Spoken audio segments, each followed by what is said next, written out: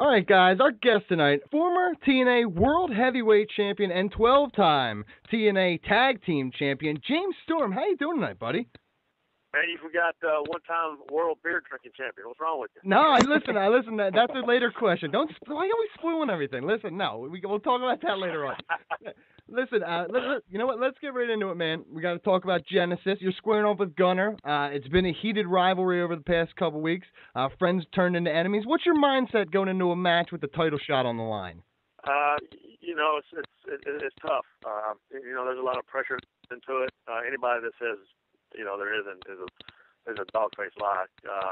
Plain and simple. Anytime you get a chance, to go against the world champion or even have the opportunity to be in the spotlight in the main event, that's what you fight for. You want a main event in a big pay-per-view or one of the big TV, and that's the way to do it. It's become the number one contender, and right now, Gunner is the number one contender with that briefcase. So, I don't want to say I'm going to put all my eggs in one basket, but I'm definitely going to stick at least a case of beer in it. Yeah, Mike Chiari, go ahead.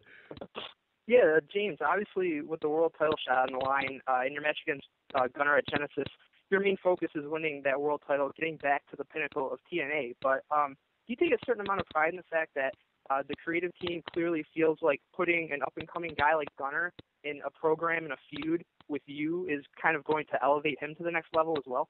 A lot of people don't know. Gunner, he's been in the business for a long time. Just because he hasn't been on, the national spotlight scene, as long as I have in TNA doesn't mean that, he's somebody that, you can take lightly or, especially being tag team with him in the last couple of months, I can definitely see, how far he's came and how much he's grown. And like I said, how much better he's, gotten on the mic. And he's a beast, he's one of the strongest guys I've ever been in the ring with. He's an ex-Marine guy, so he don't take any shit. He's there to whoop somebody's ass, and that's how it goes. So I'm definitely I keep that in the back of my mind, because I know how dangerous it's going to be, but I look at it like, hell, all I can do is kick him one time in the face, and hopefully that'll knock him out. Yeah, I guess so. Hey, listen, you've been crossed by many of the tag team partners over your career. Where does Gunner compare to the rest, guys like Bobby Roode or Chris Harris, along and through the annals of your history? It's hard to compare Gunner with either one of those guys, just because I was a tag team with those guys for a long time.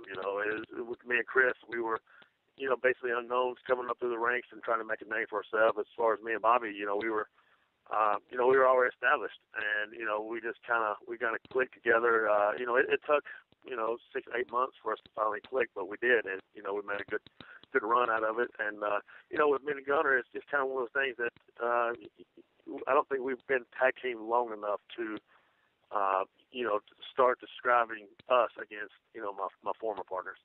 Hey James, what are the top perks and challenges of working in a tag team? Hell, you don't have to take as many bumps. You save your body a little bit, but it's always if something happens and you get hurt or during a match or something, your partner's there, he can pick up the slack and stuff. As a singles guy, you don't have that luxury at all. You gotta go in and day out, and just get in the ring and tough it out. Okay. All players who have sprained ankles or something wrong with their toe, or they have an ingrown toenail or something, and they're out for 3 or 4 weeks. With the wrestlers, we don't. I've wrestled the last 3 or 4 weeks with a hairline fracture in my ankle, but nobody knows that just because to us it's no big deal. I'll put a brace on it and out I go, and that's one of the reasons that I was wearing the motorcycle boots for a long time, just because my ankle was pretty messed up, and it kind of kept my ankle mobilized. Okay, listen, let's change gears a little bit here. One of the biggest stories in TNA over the last few months has been AJ Styles, his situation with the company. We saw him on Thursday lose the title to Magnus. You've been there the whole time in TNA with this guy. You went through wars with him, and you've been on his side with Fortune and stuff. What is it like to see a guy like AJ Styles leave and leaving the way he did? To me, that's all him. I don't know the situation with the contract and all that stuff, but, for me, just to see a guy that, I've been there since day one with, it's kind of, to me, a dark moment in TNA because, you know, he definitely did help build TNA. You know, anytime somebody says TNA, you automatically think, you know, AJ Styles and stuff. The incredible matches he's had while he's been here and everything. And, you know, like I said, you know, and hell, I'm the only one left standing now. So, but, you know, to see, you know, hopefully he'll, you know, him and TNA can come to agreement, and he can come back pretty soon. Mike Chiari? James, we were talking a little bit about your history as a tag team competitor before. You recently had a one-off Beer Money reunion with Bobby Roode when you guys beat Kurt Angle and Gunner a couple weeks ago. And I know a lot of the fans loved it, obviously, because of the nostalgia factor, with Beer Money being the most successful team in TNA history. Being part of it yourself, did you have that same kind of nostalgic feeling? Yeah, you know, when me and Bobby got out there, it was just kind of like putting on our shoes again. You know, we just kind of just fell right back into our roles, and we so badly when we gave you know, Gunner that double suplex, we wanted to jump up and go Beer Money, but we know, you know, it didn't really fit with the storyline or whatever. But it was just, you know, it's just one of those things that you, like I said, you've been tag team for so long, you've been so successful, and when we got back in the ring together, it just kind of flowed really easy. PG? Yeah, James, you're constantly adding new wrinkles to your in-ring work and persona. Do you have anything different planned for fans in 2014 that you could shed light on now? You know, I don't want to, you know, show my hand right now, but I definitely have some new things cooking for 2014. It's going to maybe kind of change up my character. You know, I've been the beer drinking cowboy for the last, you know, 4, 5, 6 years in TNA. So I think it's kind of time to refresh it up a little bit, and you know, hopefully, you know, the fans will take to it. If they don't, then oh well. You know, that's, to me, always look at pleasing me first. Because at the end of the day, I'm the person that I have to look at in the mirror. Playing off that, you've played heels and faces over your time in TNA. You've done a lot of things as a heel, and you've been a great face for TNA, a really good baby face at a lot of times. You as a man, what do you enjoy playing? You like being the bad guy, or you like being the good guy? You know, I've you know, 90% of my career here in TNA, you know, I've been the good guy and everything, but I love, you know, being the heel. It is so much fun, and I always tell everybody it's a lot easier to piss somebody off than it is to try to make somebody happy, because you can just say one word to piss somebody off, but you can take all day or all night trying to make somebody happy and it may never even work. So to me, it's a lot more fun to play heel, you know, and be the dirty little cheater. And to me, that's kind of a lost art in itself, because a lot of guys now that are, you know, the heels, they want to be cool, you know, and that's not how I kind of grew up watching wrestling. I always grew up watching wrestling as the heel, being, you know, the dirty little cheater who, you know, gets away with stuff here and there. So, Mike Chiari? All right, James, TNA is obviously in somewhat of a limbo situation right now in terms of whether there's going to be a permanent home for Impact, or if you guys are going to go back on the road. From your perspective, how do you see it playing out, and also what's your preference in terms of, do you prefer touring, or do you like having that home base like the Impact Zone was? Well, like I was saying earlier before I got rudely interrupted. Ah, I was joking. don't break the fourth wall. What are you doing? It's you know, that's not my call of you know, how we tour and all this, and you know, that's Dixie and her team. But you know, for me, I always enjoy just having the home base and you know, traveling out for the pay-per-views to make them feel effort into the pay-per-view, to make people, you know, want to buy a pay-per-view. You know, if I see everything on TV, I'm not really gonna. Why should I buy the pay-per-views? How I look at it, but you know, I always make a pay-per-view worth people's money, and you know, I know a lot of the guys, they enjoy doing a show in a different town every night, and that's all fun and dandy. But I know, you know, with the cost situation and everything like that, like, it's almost impossible to do, because it just costs so much money to put a show on week in and week out. And it's always fun to wrestle in front of a new set of fans every week. But you know, right now I'm very content and happy with this, you know, having a home base and doing each one of our big pay-per-views, you know, on the road. PG? Yeah, James, I have to know, which is your preferred beer to drink? A cold one. That's the only thing bad about going overseas, because a lot of the beer over there is warm, and I'm just not a good warm beer drinker. That sounds just, oh my God. So what do you, they put ice in your beer, which could be even worse than a warm beer. Yeah, that could be pretty bad. You know, I always say there's two drinks I like, and that's cold beer and a warm Jack Daniels. Yeah, there you go. Only if it's chased with one. Listen, a lot of people like Jack Chill, but I'll do Jack. I'll do Jack straight or on the rocks or with just a water chaser because nothing says Jack Daniels like water. Well, exactly. Have you seen the new things where you pour like a Jack in it and then you pour water on top of it and the water sits on top of the Jack? No, I have not seen this. I will have to get you one of them then. Yeah, they actually make them at the Jack Daniels distillery.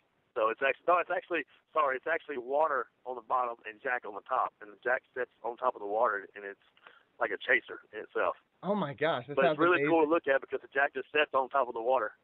Yeah, look, you know what I got from the a family member went to the distillery and they got me it looks like a cap to one of the bottles, but it's a stone and you put it in the freezer and it keeps it cold. So you put it in the bottom of your glass and that stone keeps your whole glass cold. It's pretty amazing.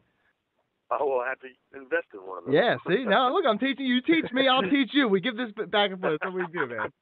Hey, listen, I got one other question here. Listen, there was a TMZ story that you were pitching an idea for a bar reality show based out of your party bar. I want to see this. How can we see this, and when is this going to come to fruition, man?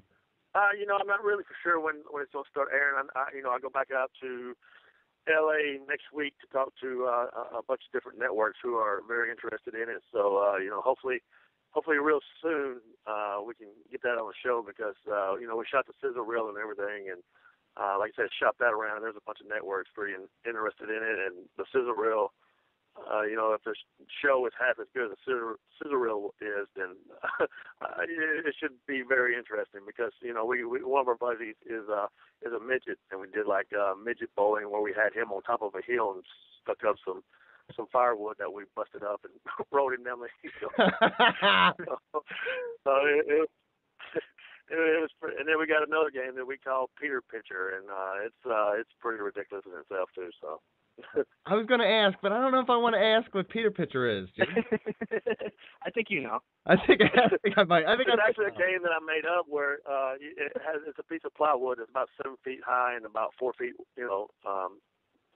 wide, and then I have a catcher painted on the front of it with like a Major League Baseball scene and everything. But like where its glove is, there's like a hole cut out, and we do cards, and whoever draws the lowest card has to go stand behind it. And then whoever has the highest card gets to throw 3 times, and we throw like bean bags or whatever. Oh my God, dude! The board can't see when the bean bag is coming, so he's just sitting there. No. But if you throw 3 times and you miss all 3 times, then you have to go behind the board. This is not a good game. I take it back immediately that I want to play this game or go to this bar. I don't want to do it anymore. You become very gun shy once you get hit. I'd imagine I stood behind there, and I thought my buddy threw for like the U.S. Olympic softball team because he had to come about 90 miles an hour and just rock. He's windmilling it and shit, hitting you in the junk. It's not good, man. Oh shit, Mikey, you got another question? Yeah. I mean that's very tough to follow, but I'll just close this out with a TNA question, James. Looking forward a little bit, it kind of seems like TNA is entering a new era with Magnus as world champion. And although you're, one of the original guys, one of the veterans in the locker room, are you kind of excited about seeing the guys like Magnus and EC3 and those younger up-and-coming guys kind of stepping up to the plate and taking on a bigger role within the company? Yeah, I think that's something that the company definitely needs. For the longest time, it's been guys like myself and Daniels and Kazarian and AJ and Joe, all these guys who've been there so long having to carry the company when, other guys came in and then, they turned around and left real quick. But, it's really good to see guys who TNA are investing in, actually starting to step up now and taking on the bigger roles. And that kind of takes a little pressure off for us. But it also puts pressure on us because now we got to step up our game, with these, with the younger guys stepping up and everything. So I think it's a win-win situation for, the guys stepping up and also the veterans who've been there for a long time and also, TNAs. All right, James, give us a final prediction. How long until we see you with the heavyweight strap around your waist again? Hell, I say about 3 days. Oh, I have, I don't know, but hopefully it'll be soon. I always tell everybody one of the highest rated impact in our company's history is when I became the world heavyweight champion. So I'm just kind of throwing that out there. So hopefully, my time will come, and hopefully I get a longer run this time to show exactly what I can do. Listen, James Stone, we appreciate your time. Listen, now this conversation is going to lead into the next interview. We need another interview from you, man. Jeez. Listen, thank you so much for your time. Thank you for coming on. And good luck at Genesis. We're rooting for you, man. Hey, thank you very much, man. You guys have a great one.